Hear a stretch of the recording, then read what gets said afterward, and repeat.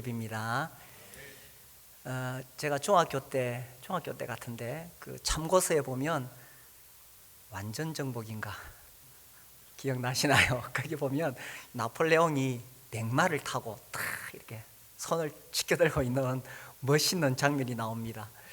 사실은 백마를 탄 게 아니라 노새를 타고 다녔다 그러던데, 나폴레옹이 했던 유명한 말이 있죠. 내 사전에 불가능이란 없다. 뭐 큰 소리 쳤지만 워터로 전쟁입니까? 전쟁에서 패하고 말지요. 사람이 큰 소리 치지만 인간에게는 한계가 있습니다. 사실 인간의 능력이 대단하잖아요. 요즘 메타버스 뭐 또 이런 용어가 막 나옵니다.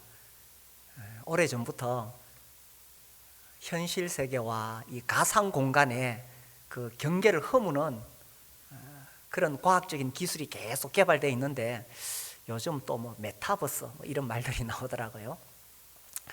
아무튼 인간의 능력은 대단합니다. 그래서 사람이 상상하고 있는 것은 다 만들어낼 수 있다. 그만큼 기술이 발전하고 있다는 거죠. 그러나 아무리 인간의 과학 문명이 발전하고 인간의 능력이 대단하다고 해도 사람에게는 한계가 있습니다. 오늘 우리가 마가복음 5장을 읽었는데 여기에 보면 인간의 한계를 드러내주는 그런 상황이 나옵니다. 첫 번째가 영적인 세계에서 인간은 이 영적인 세계에 잡힐 때에 한계가 있습니다. 한번 볼까요? 마가복음 5장 2절에 보시면, 배에서 나오심에 곧 더러운 귀신 들린 사람이 무덤 사이에서 나와 예수를 만나니라. 여기 첫 번째 사건은 더러운 귀신 들린 사람입니다. 귀신은 더럽죠. 4절, 이는 여러 번, 3절, 그 사람은 무덤 사이에 거처 하는데 이제는 아무도 그를 쇠사슬로도 맬 수 없게 되었으니, 이 사람은 동네에서 쫓겨나서 무덤에 사는데 쇠사슬로도 맬 수가 없어요. 4절, 이는 여러 번 고랑과 쇠사슬에 매였어도 쇠사슬을 끊고 고랑을 깨뜨렸습니다. 아이고, 귀신 들린 사람은 힘이 세요. 쇠고랑도 깨뜨립니다. 그리하여 아무도 그를 제어할 힘이 없는지라. 아무도 그를, 그래서 어떤 사람도 이 사람을 어떻게 통제할 수가 없습니다. 5절, 밤낮 무덤 사이에서나 산에서나 늘 소리 지르며 돌로 자기의 몸을 해치고 있었더라. 막 소리 고함 지르면서 산에서나 무덤 사이에 거하면서 자학합니다. 돌로 자기 몸을 해치는. 근데 아무도 이 사람을 통제할 수 없습니다. 사람의 한계를 벗어난 사람이죠. 그리고 또 인간의 그 한계를 드러내는 것은 질병입니다. 이 두 번째 사건은 마가복음 5장에 25절에 나옵니다. 12해를 혈루증으로 알아온 한 여자가 있어 많은 의사에게 많은 괴로움을 받았고 가진 것도 다 허비하였으되 아무 효험이 없고 도리어 중하여졌던 자예요.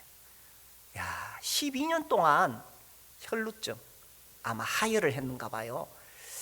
아유, 우리 자매님들은 아시죠? 이게 얼마나 심각한 병인지. 그리고 생명이 피에 있잖아요. 피를 쏟아내니 이 몸이 온전하겠어요? 1, 2년도 아니고 12년인데 용하다는 의사 다 만나봤지만 해결책이 없습니다. 돈은 다 써버렸죠. 몸은 점점 더 악화되죠. 아무리 의료기술이 발달해도 그러나 아직도 고칠 수 없는 병들이 많지요. 그게 인간의 한계라는 겁니다.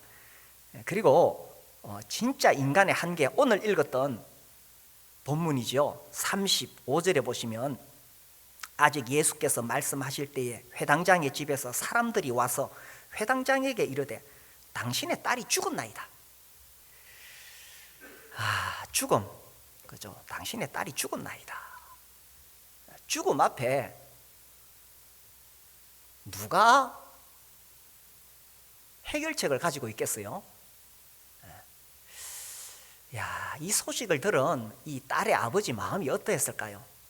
사실 그 앞에 보면 그 아버지 이름이 야이로인데, 이 야이로가 자기 딸이 병들어서 죽어가니까 예수님께 고쳐달라고, 그래서 예수님을 모시고 집에 가는 중이었어요.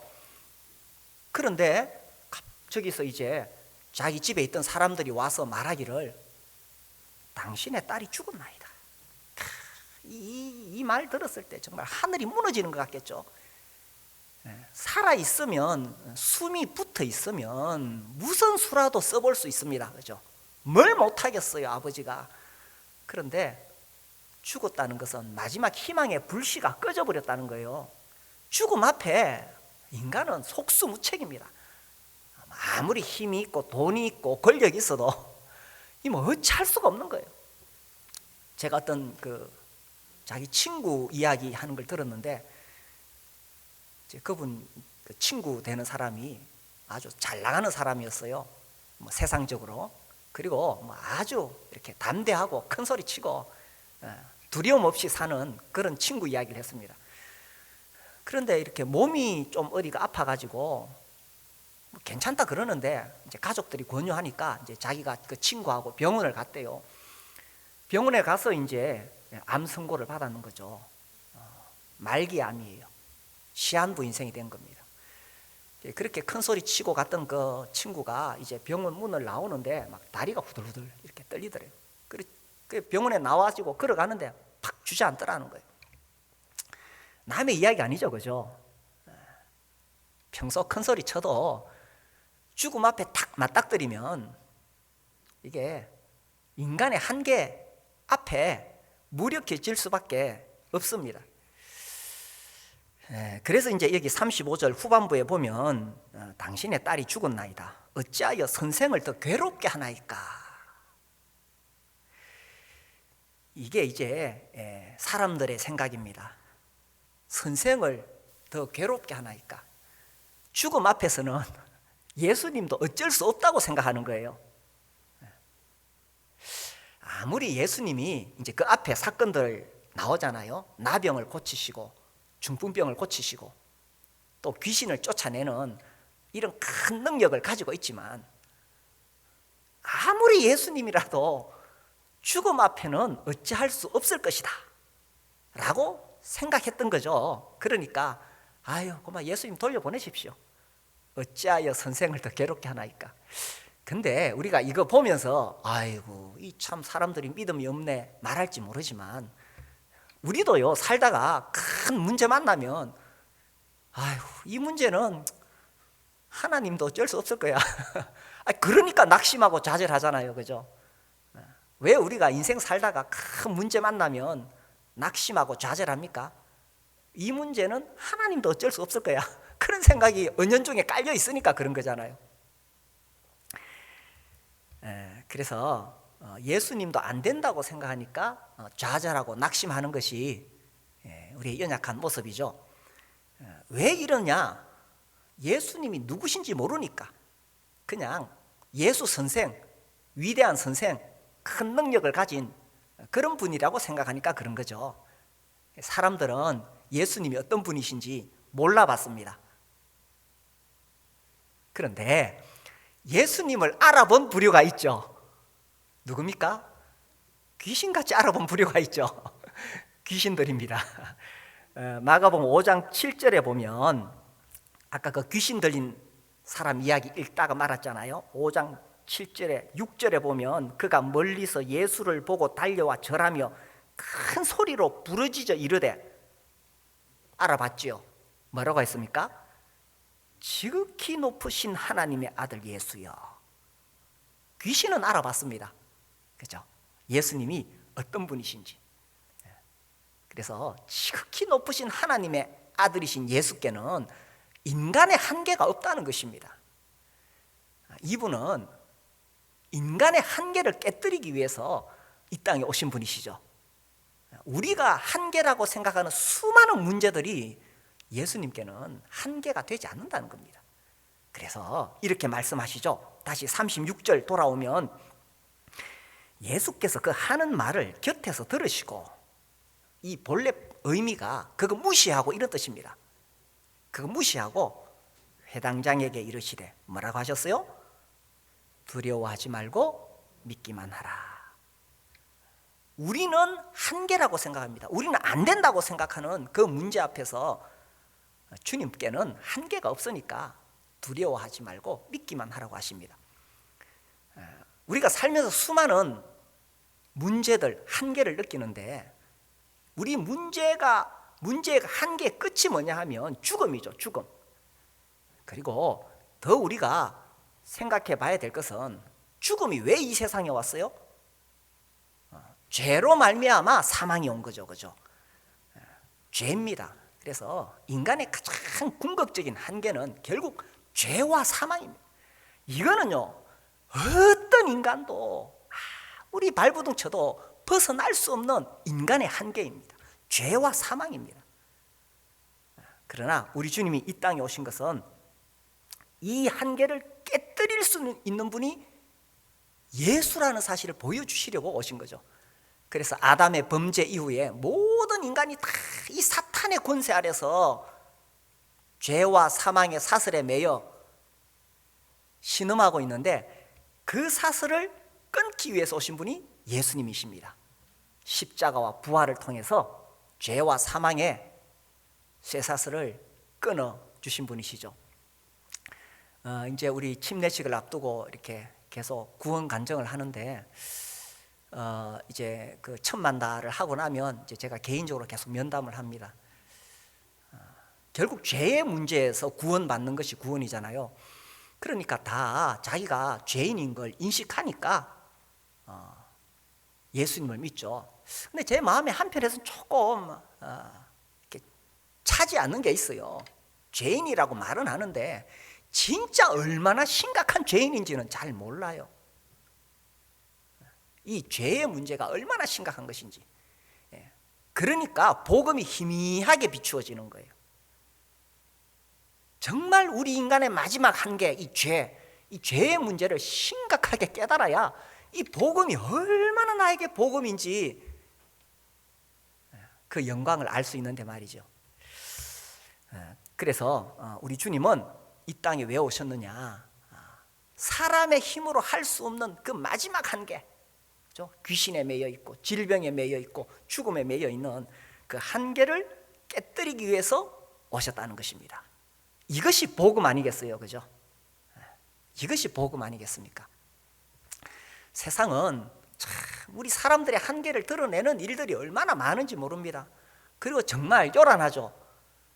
이 코로나 때문에 우리가 2년 넘게 전 세계가 요란합니다. 거기다가 또 우리나라는 지금 대선 앞두고 또 얼마나 요란한지 모릅니다. 또 이런 틈에 또 러시아가 우크라이나 침공해가지고 또 세상이 더 요란하죠. 근데 제가 이렇게 뉴스를 검색하다가 지금 또 굉장히 심각한 문제가 있습니다. 이거 잘 주목이 안 되는 것 같은데 워낙 이슈들이 많아서 꿀벌이 사라지고 있죠. 이거 보통 문제가 아닙니다. 그 전에 우리 교회에서 이 벌침에 대해서 이렇게 공부하고 배웠잖아요. 그때 제가 벌이 얼마나 중요한지 알았는데 이 벌이 없으면은 이 식물이 열매를 못 맺어요. 어쩌면 이게 지금 코로나19보다 더 심각한 재앙을 가지고 올지도 모릅니다. 세상은요, 이렇게 소란하고 요란합니다. 결국 진정한 구원은 하나님께 있고 예수님만이 구원자이십니다.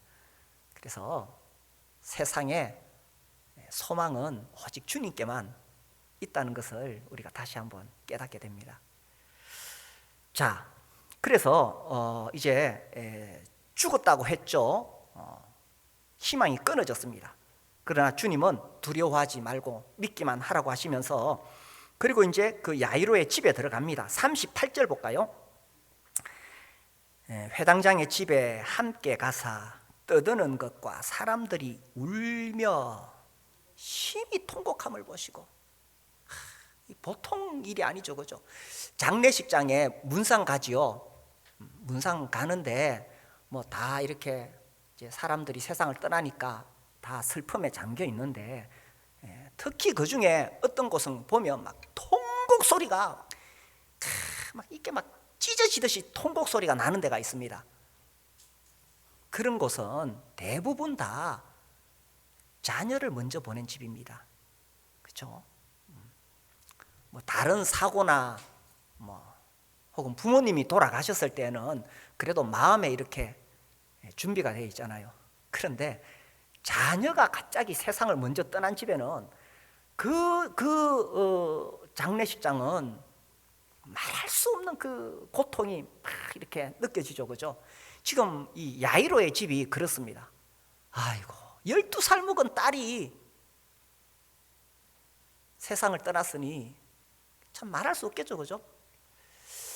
12살, 우리나라 나이로 13살 같으면 이제 사춘기 들어오고 애먹일 때인데, 우리 사춘기 자녀를 둔 부모님들은 그저 살아있는 것만 해도 고마운 줄 알고, 그래, 네가 애먹여도 살아있어줘서 고맙다.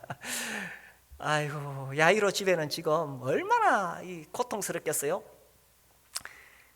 자, 그런데 이 39절에 보면 예수님이 들어가서 그들에게 이르시되 너희가 어찌하여 떠들며 우느냐? 이 아이가 죽은 것이 아니라 잔다 하시니. 아이고, 이 무슨 터무니없는 말씀을 하시는 겁니까? 이 뭐 지금 놀리는 것도 아니고, 그죠? 참 정신없는 소리 같습니다. 그럼 우리가 생각해 봅시다. 누구 말이 맞습니까? 당신의 딸이 죽었나이다. 사람들은 이렇게 말했어요. 그런데 우리 주님은 죽은 것이 아니라 잔다. 누구 말이 맞습니까?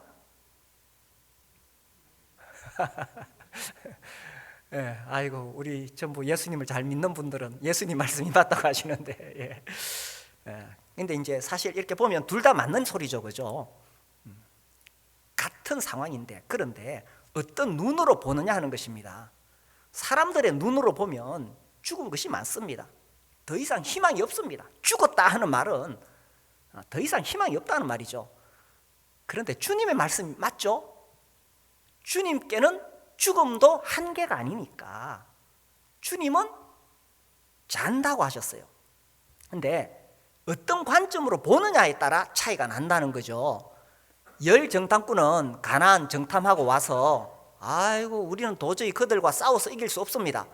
그 말도 맞아요. 왜? 그 사람들은 문제 자체를 정확하게 분석하고 파악했습니다.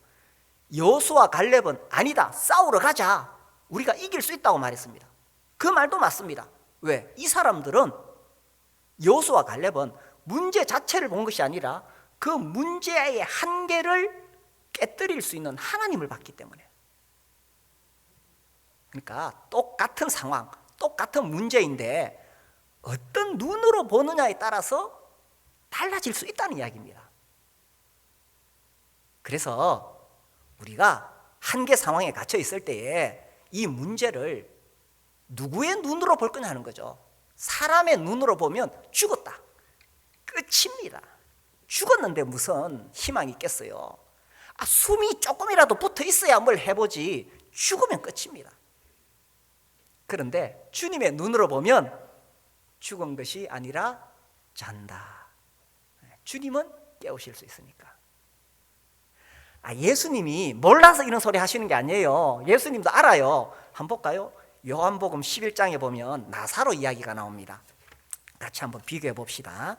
요한복음 11장에 나사로가 병들어 죽게 되었어요. 그래서 예수님 빨리 오셔서 고쳐주십시오, 이렇게 예수님께 누이들이 기비를 보냈습니다. 11장 3절에 이에 그 누이들이 예수께 사람을 보내어 이르되 주여 보시옵소서, 사랑하시는 자가 병들었나이다. 빨리 와서 고쳐달라 그랬어요. 근데 죽었어요. 11절에 보면 이 말씀을 하신 후에 또 이르시되 우리 친구 나사로가 잠들었도다. 그러나 내가 깨우러 가노라. 잠들었다 그래요. 12절 제자들이 이르되 주여 잠들었으면 낫겠나이다 하더라. 예수는 그의 죽음을 가리켜 말씀하신 것이나 그들은 잠들어 쉬는 것을 가리켜 말씀하신 줄 생각하는지라. 14절, 이에 예수께서 밝히 이르시되 나사로가 죽었느니라. 그러니까 예수님이 뭐 몰라서 하시는 말씀이 아니라 예수님도 명확하게 아신다는 겁니다. 같은 상황인데 언어가 다르다는 거예요. 관점이 다르다는 겁니다. 우리는 한계죠, 그죠? 죽었다고 말할 수밖에 없는데 주님에게는 한계가 없으니까 죽은 것이 아니라 잔다는 겁니다. 그래서 믿음이 뭐냐? 보는 눈부터 바꾸라는 겁니다. 믿음이 뭐냐? 나를 둘러싸고 있는 수많은 문제들 속에서 한계 상황에 갇혀 있을 때 보는 눈부터 바꾸라는 겁니다. 인간의 눈으로 보면 희망이 없어요. 죽었는데 뭐 아무 희망이 없습니다. 죽었는데 뭐.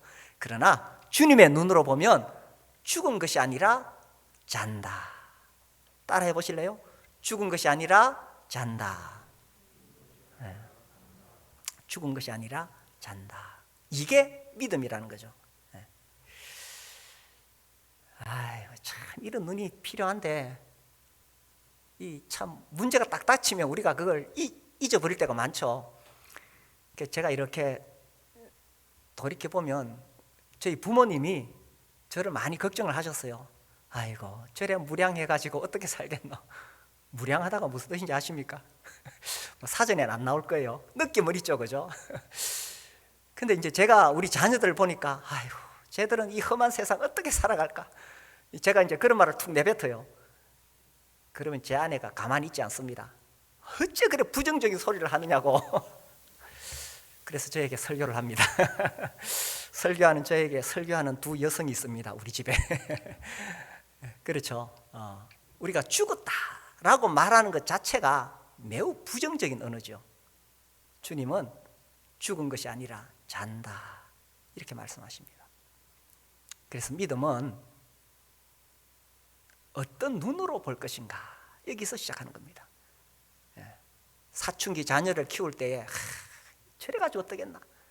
근데 우리 사춘기 자녀들 보실 때에 죽은 것이 아니라 잔다. 얼마든지 희망이, 가능성이 있다는 것입니다. 코로나 시기에 참 사업에 어려움을 겪고 있는 분들도 아이고 이제 망했다가 아니라 죽은 것이 아니라 잔다. 주님이 깨우실 수 있다는 거죠. 믿지 않는 남편이나 아내를 볼 때에 빨리 예수님 전에서 구원받아야 되는데 도저히 희망이 없어 보이죠. 그때에도 죽은 것이 아니라 잔다. 우리 청년들 취업을 해야 되고 결혼을 해야 되는데 참 막막합니다. 그럴 때도 죽은 것이 아니라 잔다. 야, 이 코로나 시기에 우리 목장에 VIP가 어떻게 올 수 있을까? 아유, 우리 목장은 안 될 거야가 아니라 죽은 것이 아니라 잔다.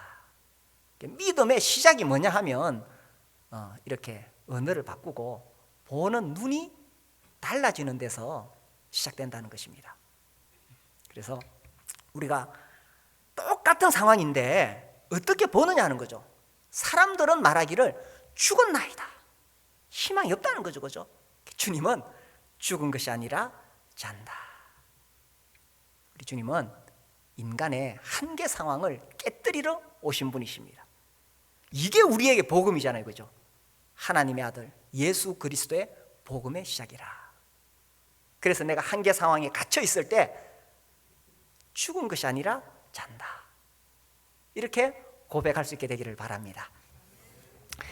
자, 그렇게 예수님 말씀을 들으니까 이제 야이로가 희망을 가지고 보는 눈을 달리했습니다.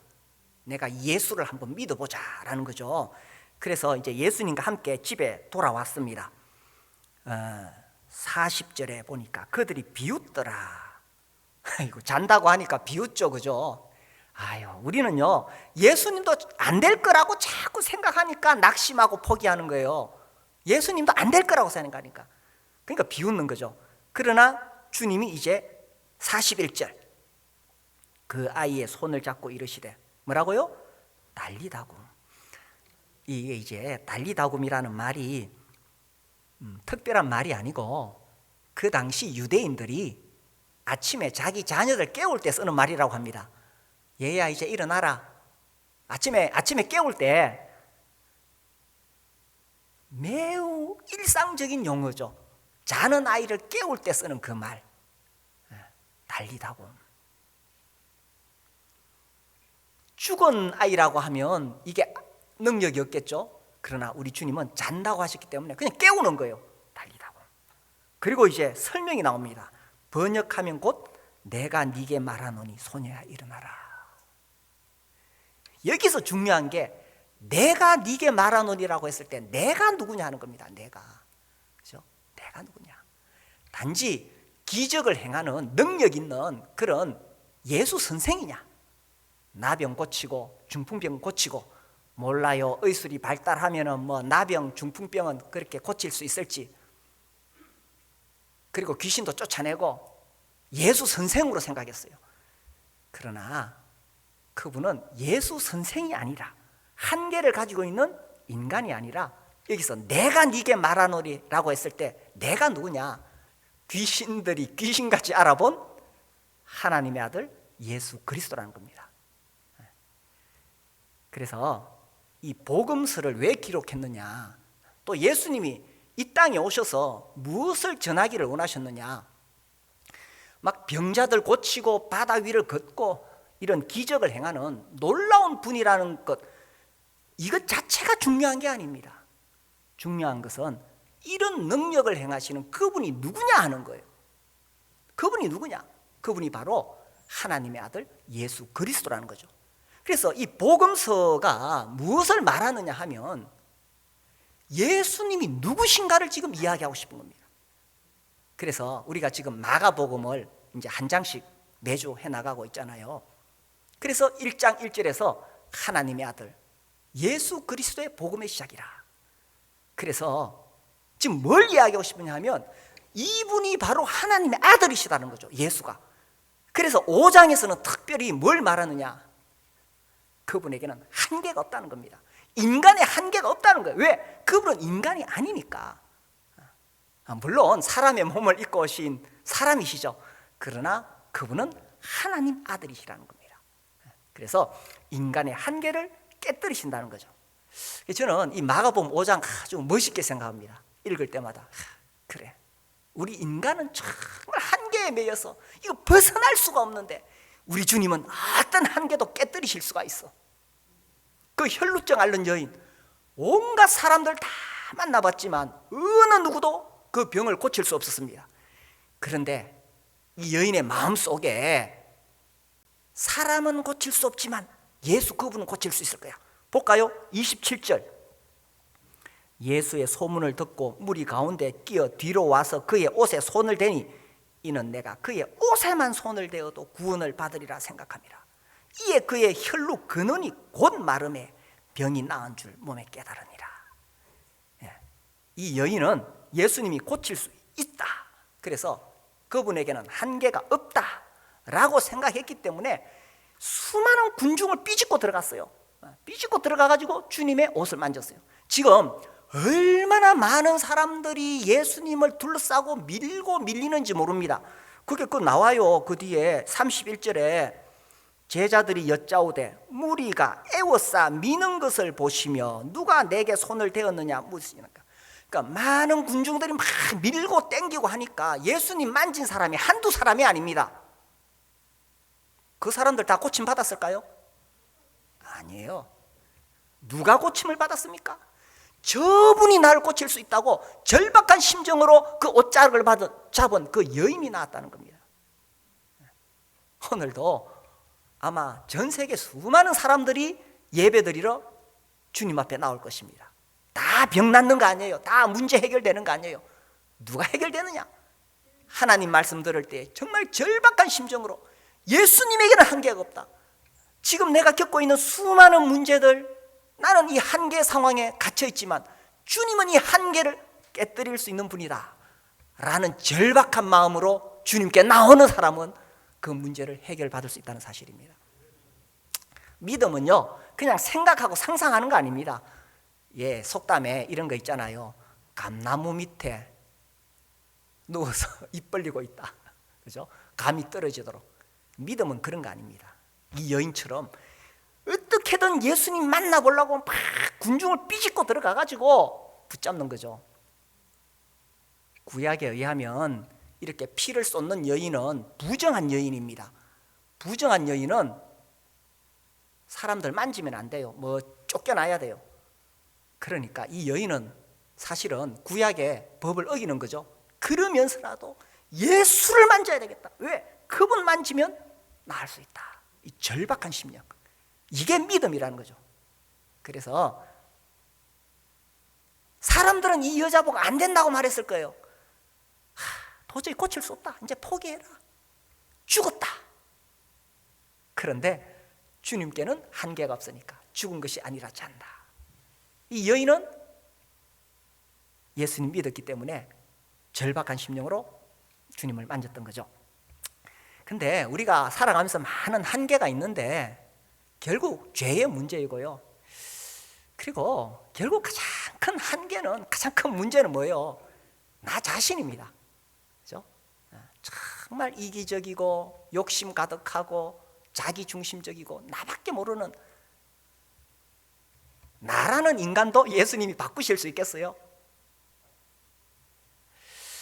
그래서 저는 이 마가복음 5장이 참 좋습니다. 특히 이 귀신 들린 사람을 고친 이야기. 조금 전에 읽었지만 어느 누구도 이 사람을 제어할 수가 없어요. 통제할 수가 없어요. 이건 이 아담의 자손으로 이 사탄의 사슬에 꽉 매여서 비참한 인생 살고 있는 그런 모습을 보여주는 거죠. 아무도 어찌할 수 없는데 우리 주님이 찾아오셔서 이 사람을 고쳐주셨어요. 그래서 주님이 십자가와 부활로 우리를 구원해 주신 것을 말씀하고 있는 것입니다. 근데 여기서 한 걸음 더 나아가서 예수 믿고도 참 내 안에 있는 여러 가지 많은 나 자신으로 인한 고통과 번뇌가 있는데 예수님은 이런 나도 바꾸실 수 있는가? 저는 15절 말씀이 참 감사하게 여겨져요. 15절 우리 같이 한번 읽어볼까요? 15절 시작. 예수께 이르러 그 귀신 들렸던 자 곧 군대 귀신 집혔던 자가 옷을 입고 정신이 온전하여 앉은 것을 보고 두려워하더라. 이 군대 귀신 들렸다. 이게 레기온인데 군대. 그 당시 로마의 그 군대 이 조직을 보면 한 6천 명에서 10,000명 정도 되는 군대를 레기온이라 그랬어요. 뭐 이게 딱 숫자가 실제로 그러하다기보다는 이 사람은 수많은 그 귀신들이 장악하고 있었기 때문에 군대 귀신이라고 그렇게 묘사했는 거죠. 이 사람 인생은 아무도 고칠 수가 없습니다. 이 사람 더 이상 희망이 없는 사람입니다. 자기도 자기를 제어하지 못하니까 버려진 사람, 다 포기했습니다. 동네 사람들도 그를 내쫓고 친구들도 멀리하고 심지어 가족도 어찌할 수 없어서 무덤과 산 사이로 내몰 수밖에 없는 정말 더 이상 희망이 없는 비참한 인생이었습니다. 그런데 예수님은 이 인간 고치러 오신 거예요. 그죠? 이 마가복음 5장을 이렇게 읽어보면 1절에 예수께서 바다 건너편 그라사인의 지방에 이르러 배에서 나오실새 이렇게 되어 있는데 주님이 왜 이 그라사 지방에 배 타고 오셨느냐? 많은 사람들 만나려고 오신 거 아니에요. 딱 이 한 사람 만나러 오신 거예요. 그리고 이 한 사람 딱 고치고 배 타고 떠나가십니다. 참 놀랍지 않나요? 그 바쁘신 주님이, 그 할 일 많으신 주님이 다 이 한 사람 만나러 오신 거예요. 주님이요, 물론 이 세상 사람들 다 구원하러 오셨지만 저는 이 말씀 읽으면 주님이 나 한 사람 구하러 오셨구나. 이 그라사에 귀신 들려서 정말 도저히 희망이 없는 이 한 사람 만나러 주님이 배 타고 오셨던 겁니다. 그리고 딱 고쳐놓고 떠나갔습니다. 그래서 이 사람이 고침받았을 때 15절 말씀처럼 옷을 입고 정신이 온전하여 앉았다는 거죠. 이것이 복음의 능력이라는 겁니다. 복음이 뭡니까? 정말 희망이 없던 사람, 어느 누구도 고칠 수 없던 사람, 자기도 자신을 어떻게 할 수 없는 사람. 제가 그 교직에 있을 때 학생과에 있었어요. 요즘은 학생부라 그러죠. 거기는 진짜 문제 일으키는 학생들이 옵니다. 그 학생들에게 이제 막 선생님들이 이래 하라 저래 하라 막 이렇게 막 지침을 주고 막 이렇게 하며, 그러면은 많은 학생들이 이런 말을 해요. 여러 번 들었어요. 일종의 협박입니다. 나도 내가 무슨 짓 할지 몰라요. 딱 이러면. 그러니까 나 건들지 마세요. 나도 내가 무슨 짓 할지 몰라요. 그렇죠, 그죠? 사실 나도 내가 무슨 짓 할지 모르는, 나도 나 자신을 통제할 수 없는 그런 인간들이죠. 그런데 예수님 딱 만나니까 이제 정신이 온전해졌습니다. 그 십자가 앞에는 내 자아가 부서지고 깨지고, 십자가에 피 묻은 복음 앞에는 무릎을 꿇을 수밖에 없다는 것입니다. 이것이 복음의 능력이라는 겁니다. 하나님의 아들 예수 그리스도의 복음의 시작이라. 이 복음의 능력이 내 삶에서 새로워지고, 또 우리 교회에서 그 복음의 능력이 드러나기를 바라는 마음으로 지금 마가복음 하고 있습니다. 우리가 살면서 수많은 한계 상황에 갇히게 되죠. 사람을 어떻게 할 수도 없습니다. 안 된다고 말합니다. 죽었다고 말합니다. 그때 우리가 주님의 눈으로 볼 수 있는 이 눈이 필요하다는 거지요. 죽은 것이 아니라 잔다. 자식들이 애먹일 때, 사업이 어려워질 때, 문제가 생길 때, 그때에 죽은 것이 아니라 잔다. 왜? 예수님은 한계가 없으시니까. 그래서 우리의 삶 속에서 이 보는 눈부터 바꾸고, 관점을 바꾸고, 정말 이 복음의 능력이 내 삶 속에서 이 내가 갇혀있는 이 한계 상황을 깨뜨리고 주님의 능력이 드러나도록 그렇게 주님을 붙잡고 살아가는 우리가 될 수 있게 되기를 바랍니다. 기도하겠습니다.